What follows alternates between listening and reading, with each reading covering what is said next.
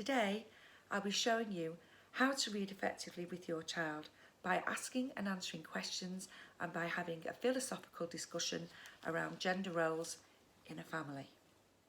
My name is Carmen Woodhope and I've been a primary school teacher for over 30 years. If you'd like to access my videos, please like and subscribe. Today we're going to be reading and exploring the Piggy book. So, if you've got your own copy, now would be a good time to go and get it. Are you sitting comfortably? Then let's begin. Mr. Piggy lived with his two sons, Simon and Patrick, in a nice house, with a nice garden and a nice car in a nice garage. Inside the house was his wife. What kind of a job do you think Mr. Piggy does? Why was Mum inside the house? Hurry up with the breakfast, dear, he called every morning before he went off to his very important job.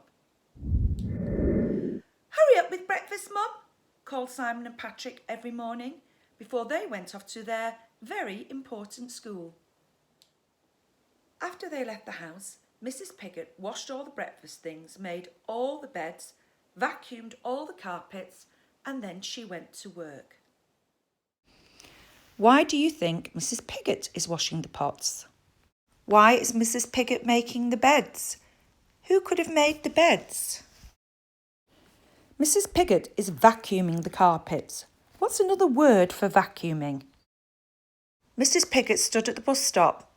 Look very carefully on the wall behind. What do you see? Hurry up with the meal, Mum, cried the boys when they came home every evening from their very important school. Hurry up with the meal, old girl, cried Mr. Piggy every evening when he came home from his very important job. Look carefully at the picture. What do you notice has changed? As soon as they had eaten, Mrs. Piggy washed the dishes, washed the clothes, did the ironing, and then she cooked some more. Whilst Mum is in the kitchen cooking, washing and doing the ironing, what are Patrick and Simon doing? What's Dad doing? Who washes the pots in your house or empties the dishwasher or tidies away after the dinner? Who gathers up the dirty washing in your house?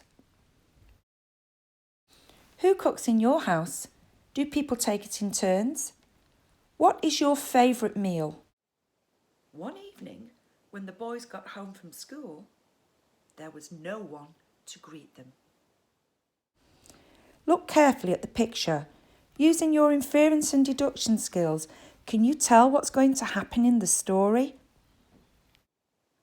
Where's Mum? Demanded Mr. Piggy when he got home from work. Looking carefully at the picture, can you spot 3 things that are clues to what will happen in the story? She was nowhere to be found. On the mantelpiece was an envelope. Mr. Piggy opened it. Inside was a piece of paper. You are pigs. Look carefully at the painting over the mantelpiece. What do you notice about it? But what shall we do? Said Mr. Piggy. They had to make their own meal. It took hours and it was horrible. What is happening to Mr. Piggy? Simon and Patrick. Look carefully at the moon in the sky. What do you notice? Are there any other clues in the pictures?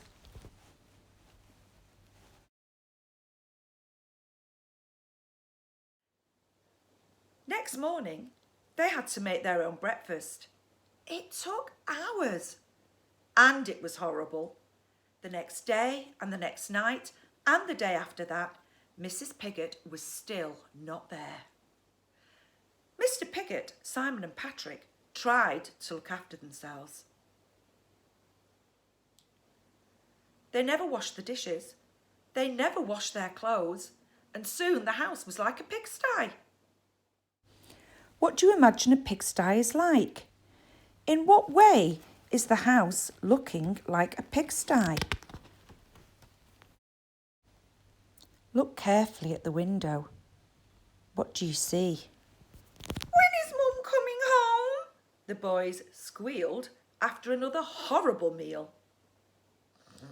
How should I know? Mr. Piggot grunted. They all became more and more grumpy. One night, there was nothing in the house for them to cook. We'll just have to root around and find some scraps, snorted Mr. Piggot. And just then, Mrs. Piggot walked in. Look carefully at the wallpaper and the furniture fabric. What is it telling you? Why do you think Mum is shown in shadow? What does Dad look like down on the floor? Please come back, they snuffled. So, Mrs. Piggot stayed. Mr. Piggot washed the dishes.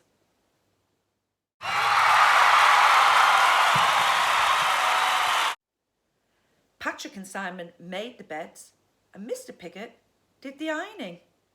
And they all helped with the cooking. They actually enjoyed it. Mum was happy too. Why do you think Mum was happy? Is there a clue in the picture? She mended the car.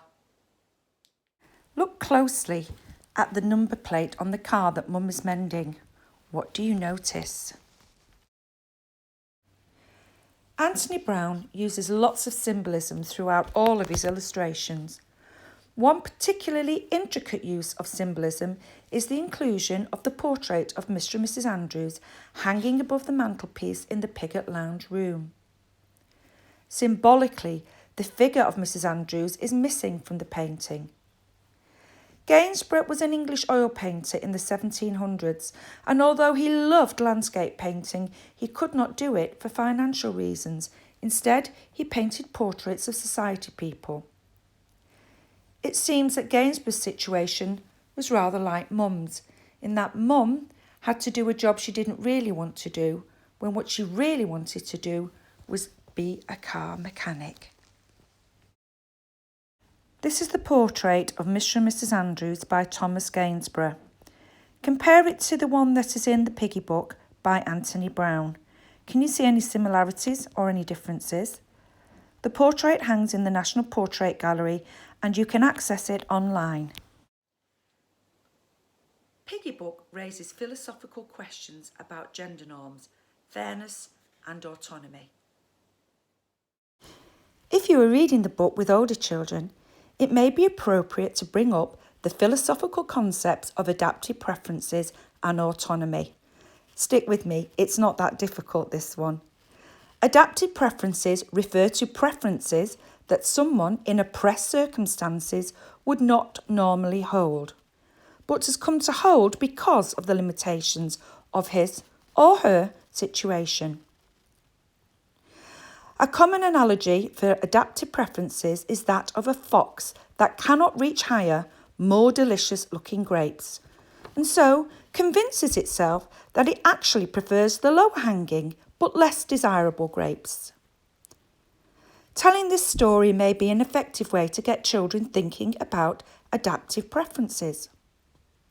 Follow the story with questions like, does the fox genuinely like the lower hanging grapes? Or, why might the fox like the lower hanging grapes, even though the higher hanging grapes are more delicious? In Piggy book, Mrs. Piggot makes it clear that she does not like to do all the housework for her family. However, hypothetically, what if she claimed that she did? Why would she be okay with doing all the housework? Is this a genuine preference? If Mrs. Piggot claims to be fine with her situation, is it still morally wrong or unfair? Is she making a bad choice? The story gives us ample opportunity to question gender-based labour within a family. I hope you've enjoyed discussing and answering the questions I've raised throughout the story. Don't forget to like and subscribe to Classroom in a Book. I read lots of stories and I give you practical hints and tips for maths and literacy that you can do at home with your children. For now, enjoy your day, whatever you're doing. Happy reading, and I hope to see you here again soon.